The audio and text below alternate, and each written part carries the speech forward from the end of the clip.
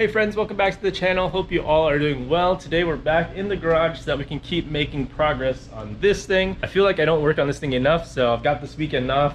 Figured we'd make some progress on it. Today we're gonna be focusing on the power rack and pinion. In this thing, I actually have it depowered. I'm using the Chasebay's reservoir, which allows the rack to stay lubricated, and at the same time this thing reduces the insane amount of pressures that this thing builds up and reduces it down to very little pressure so that it doesn't come spilling out everywhere. But as you can see, it's kind of doing that. I don't know if these AN fittings are bad or whatever, but I've tightened these up and they still kind of leak. So it's gonna be nice to be able to get rid of that. But to properly depower a power steering rack, you have to cut the piston out on the inside, and then we have to weld the pinion together because it's actually two shafts that move independently of each other. Once all the components are cut out that we don't need, once it's welded together, we'll go ahead and put CV2 grease on the gearing and then set the preload on the pinion gear here.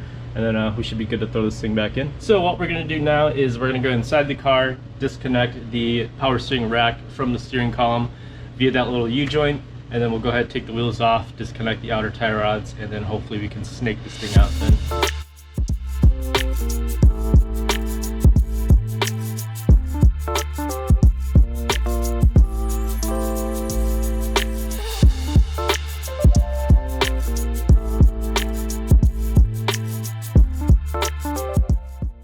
All right, got the car up on jack stands, wheels are off, rack and pinion is out. It's chilling right here, kind of just draining some power steering fluid as much as I can get out of it, just so it's not too messy when I start taking it apart. Time to start disassembly.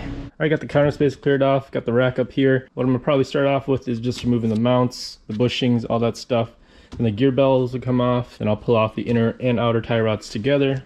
These are the Hone Developments adjustable outer tie rods. They're working great. These inner tie rods are still nice and stiff. They're not loosey-goosey, so those won't need replacing at all. But then I'll also go ahead and start removing the AN fittings up here from the Chasebay's kit, and then I'll go ahead and start removing all of this steel tubing as well. And then we can start disassembling the main portion of the rack itself.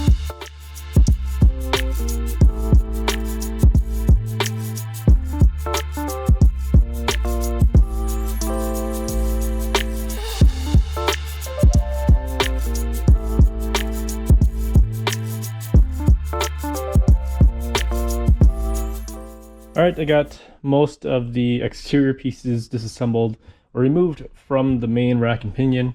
Got the inner and outer tie rods, the gear bellows, all the bushings are out. So up next is I have to undo this big end cap nut here. That should allow everything to pull out after removing this section up here as well. One pro tip I did get from my buddy Evan. Evan, thank you for this tip so I don't destroy the threads on this little end cap nut here, is that he said to drill out that little punch right there. That punch is like it's like a stake to keep that nut in there from backing out. And what happens is that people are removing this without unstaking it, and it's destroying all the threads as it's being pulled out. I'm gonna drill that out first, and then I'll pull that nut off, and then we can start disassembling everything up here.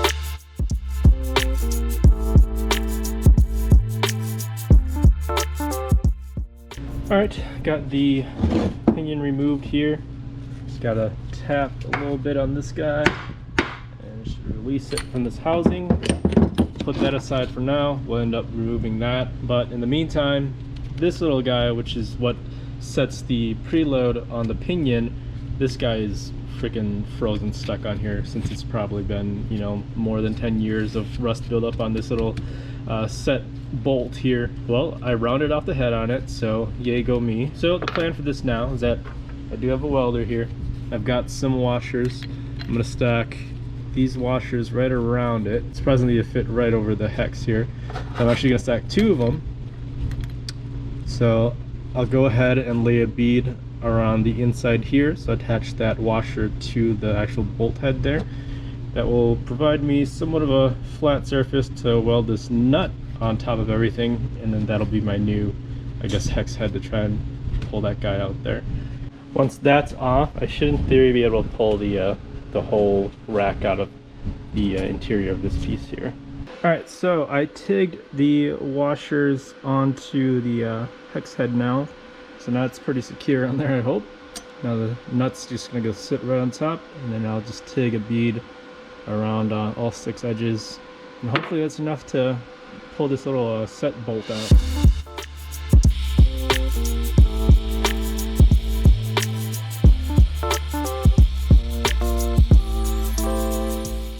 Alright, so I got the nut welded on now. I used the TIG instead of a MIG since I haven't touched TIG in a while. That was kind of a little nice practice. Worked out really well actually, so I'm pretty positive that I'm going to be able to rip this thing off now without any issue. We'll see. Wish me luck. Well, we got the adjustment nut off. That came off real nice. Had this guy up on the vise. And yeah, took a little bit of pounding, but got this guy out. That seal is really fighting. But yeah, just a couple little love taps with the extension in the socket. Had a hard time really taking this stuff apart, so I hit up my buddy Evan and gave me some pointers, and here we are. We got everything apart. So thanks a lot, Evan. This is the piston that you need to cut out, and this is what creates that little bit of resistance in your steering. So we got to cut that out so that it's nice and smooth. And then this thing is pretty much an empty carcass right now.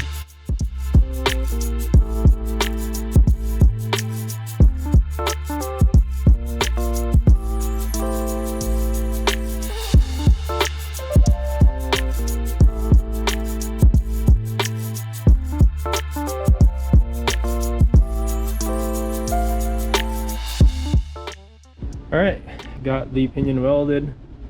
Obviously I'm not a fabricator of any kind, so not the best, but it'll do. So I'll have this thing cool down and just start to reassemble everything back together. It's probably going to be a good stopping point for tonight because I don't have any of that CV2 grease with me. But for the most part, everything is done as far as the modifications I need to do in the rack. Piston was cut out, the pinion is welded together. Yeah, everything's just ready for reassembly now.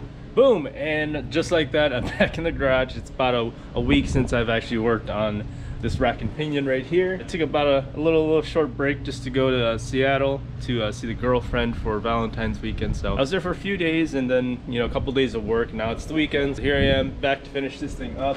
Got some Redline CV2 grease finally so that I can grease the internals, and also a ginormous crescent wrench or adjustable wrench so that I can tighten this lock nut back up after I adjust the preload. Today is just essentially assembly and then setting the preload on the pinion, and we should be done.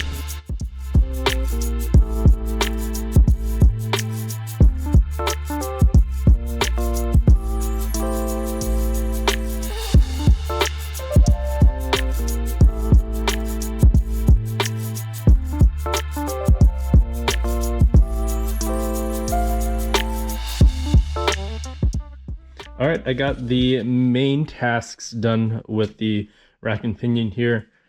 Everything is kind of back in place now. All I'm really missing is just the fittings, just to plug up the ports here to make sure the outside elements don't get inside and get all of this all gritty. But also the preload on the pinion here is set as well. Here, the directions for setting the preload. It's kind of like setting valve lash on your valves here. You've got a lock nut and then you've got the actual plunger that pushes up against the back of this actual rack here. So Honda's procedure for setting the preload here is tightening this plunger down to 34.8 inch-pounds and then loosening it and then torquing it down again and then backing it off 20 degrees and then tightening the lock nut to 18 foot-pounds. Everything here on this guy is pretty much good. We're gonna go ahead and install everything again, but not yet. I am going to be replacing the subframe. Like I told you guys before I got the car, this thing was in an accident on this corner. You can see the horns here are crumpled in a little bit, and if you look real closely you can actually see that the subframe is pushed in a little bit there compared to that side. So if I pull back and you kind of just look at both sides, you'll see that that one over there on the passenger side is pushed in. And I've always had an issue with the caster settings on this side, so I mean it's pretty obvious. We're gonna get this thing replaced before we put the steering rack back in. So you may be asking why I went through all that work just to depower the rack. I know some guys are just looping the lines. Some guys are doing the same thing I'm doing, but not welding the pinion. There are just so many ways that people are doing this, but this is the 100% correct way of doing it. When you loop the power steering rack, there's actually a lot of pressure still being applied because of this piston, and this causes resistance inside the rack here. So you want to get in there, cut this thing out so that it doesn't create any resistance for your steering. And not only that, some people will actually completely skip the part of welding the pinion. If you don't understand how this whole section works here, and it's not just Hondas, like this is big in the Miata world. A lot of rack and pinions are designed this way, that this input shaft here where the pinion is attached to, it's actually 3 separate pieces. It's the input shaft, and then it's the pinion down here, but in between there's an actual torsion bar. There's a small amount of play designed into this piece here because that's how the hydraulics work inside the system. There's that little bit of play so that as the input shaft is turning, it's technically turning independent of the actual pinion down here. So as it's turning, it's slowly allowing these valves to open and provide fluid pressure so that it provides the assist that you need for power steering. So what you are actually doing is we're welding the input shaft to the pinion and kind of eliminating the torsion bar in between. So that's why we go through all the trouble of disassembling this entire rack and pinion to weld it, to cut out the piston, to grease it up all nice and good. And the result of this is real tight steering, real responsive, no slack, no play, no resistance, and that's why we do this. So that just about does it for this video. So if you guys enjoyed the video, go ahead and give it a thumbs up. If you guys have any questions or comments, go ahead and put them down in the comments section down below. And if you want to stay up to date with this thing right here, as I'm trying to get it ready for this upcoming season. I mean, Super Lap Battle's happening today, GLTC is happening. I mean, people are already on tracks, and look at this thing. This is where I am with this car. So if you guys want to stay up to date with this thing, go ahead and subscribe to the channel. And what would really help the channel is that if you guys share the video, that would be awesome. So that's about it. So stay safe, stay smooth, and I'll see you guys in the next video.